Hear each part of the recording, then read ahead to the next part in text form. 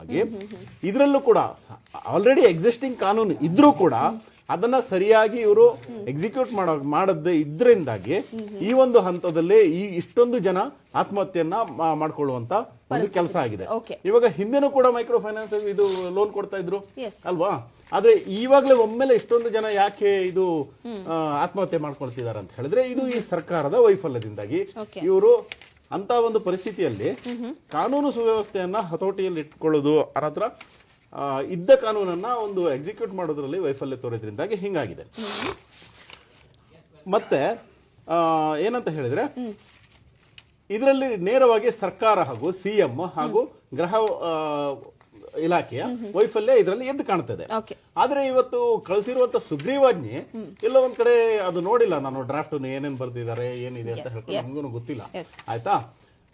ಎಲ್ಲೋ ಒಂದ್ ಕಡೆ ಇವರು ರಾಜ್ಯಪಾಲರು ಕೂಡ ಏಕಾಏಕಿ ಅದನ್ನ ವಾಪಸ್ ಕಳಿಸುವುದನ್ನ ಬದಲು ರೀಕನ್ಸಿಡರ್ ಮಾಡಬೇಕಾಗಿತ್ತು.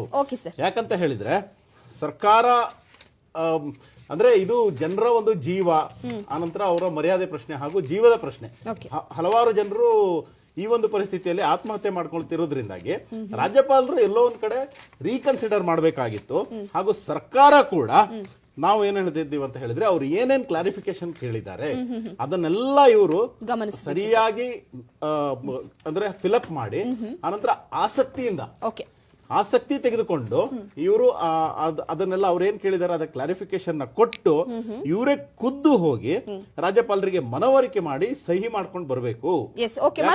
ಇದು ಜನರ ಸಾವು ನೋವಿನ ವಿಷಯ.